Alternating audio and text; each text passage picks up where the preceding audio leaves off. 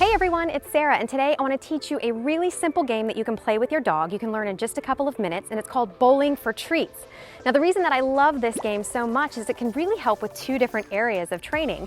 The first area being helping your recall, helping to teach your dog how to come. It's one of many really useful activities that you can do to really strengthen that recall. The other reason I love it is because it's really helpful to dogs that are afraid of strangers.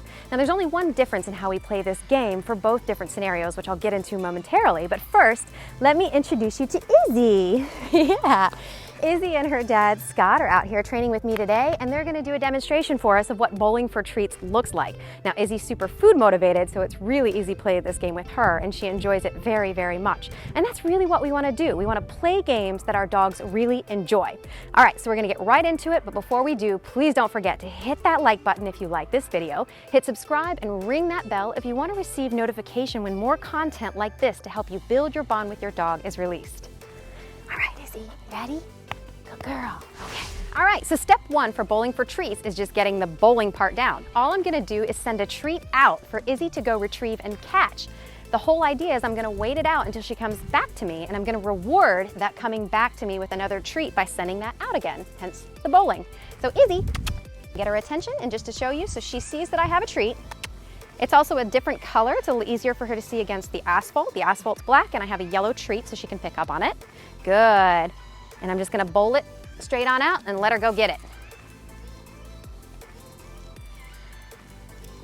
Now that's a little far because she got a little distracted and she doesn't see me and she didn't exactly come back to me, so I'm gonna try that again at a shorter distance. Izzy, ready? Ready? Good. Izzy, as soon as she comes back, I throw another one right out again. That's it. Now for this one, I want her to come all the way back to me before the next treat is released. Good. And this is going to be the main difference between doing this for strangers or friends versus building and recall. I want her to come all the way back to me before the next treat is released. Oh, you like your Charlie Bears. You like your Charlie Bears. Ready, Izzy? So just nice short distance. Right before she gets back to me, send it out again. There you go. Good girl, Izzy. I might back up a little bit just to keep her, whoops, excited in the game. Come on. Good girl. There you go. There you go, Izzy. Yeah. Good girl, good job. And just an end cue here to let her know we're all done with the game. Good girl. Yes, good job. Right as she's getting back at you, release it. Right now. Good. I need you now, more than ever I need you.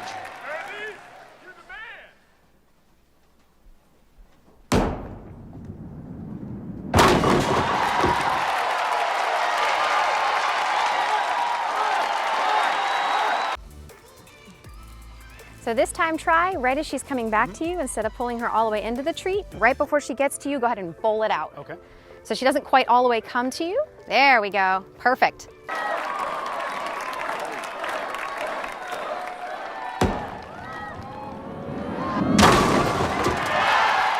That's two, there's two, his second.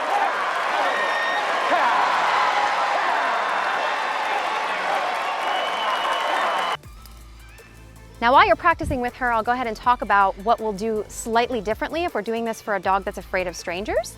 We would have a long line just like we do attached to Izzy here, but we'd have the stranger seated in a position that's a little less threatening, so not standing up and over the dog. And we would allow the dog to come as close as they want before the next retrieval is sent out. She wants to play in a different direction, Dad.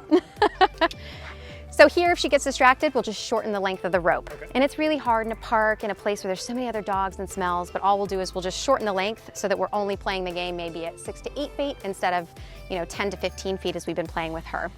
But again, back to the point with strangers, the idea with the treat and retreat, which is another term for Bowling for Treats as far as the game is concerned, is sending the treat out and rewarding the dog the same way that we do now, but we reward them at the distance that they're safe with. So if Izzy was afraid of me and she came back only, say 4 feet in front of me and that's where she stopped and she was comfortable, that's where I'd send the next treat out for her to go retrieve.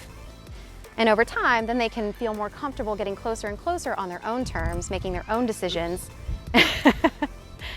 And that helps them feel more safe getting closer to someone that they might need a little time getting to know.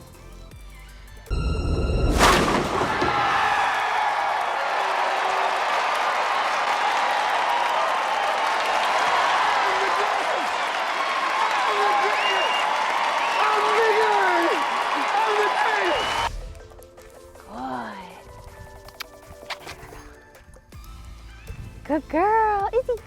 Yeah, good job, good girl. All right. So that's really it. It's really simple to play bowling for treats, and it can be a lot of fun. It can seriously help you improve your recall game, just because it's another activity that you can do that really proves and reinforces that, especially if you have a food-motivated dog. Now, a couple of tips for you that I'd like to give just before we wrap it up. One of the things that I recommend if you're going to work out in a public place, a park kind of like this, is that you actually give them some enrichment ahead of time, especially in the area that you're going to be working. So for example here, I'm working on this greenway, but on either side of the greenway are two grassy areas with lots of really fun and enriching smells that dogs really like to take all in. So what I like to do is bring them out and let them smell, have a nice enrichment break in the grass on either side of the area that I'm going to be working on, because then it makes it less distracting and more enriching for the dog, and they're going to be more likely to be focused on the activity with you than all of these crazy fun new smells that they want to take in. So be sure to give them an enrichment break just like that ahead of time before you get to work to make it easier on yourself and easier and more fun on them. Additionally, the last thing that I'll mention too is if you're around a lot of other distractions or your dog gets distracted easily, you can use that jump back that you saw me do in the video too, just to keep them engaged and keep them coming towards you. So if she sees people off in the distance, or there's balls or bikes or other kids, it helps keep her focused on me during this game instead of running off to explore other things that are there. So right as they come towards you, if you feel like they're getting tired or distracted, give them that little jump back like you do with a come or a recall practice to help keep them engaged and excited about the game.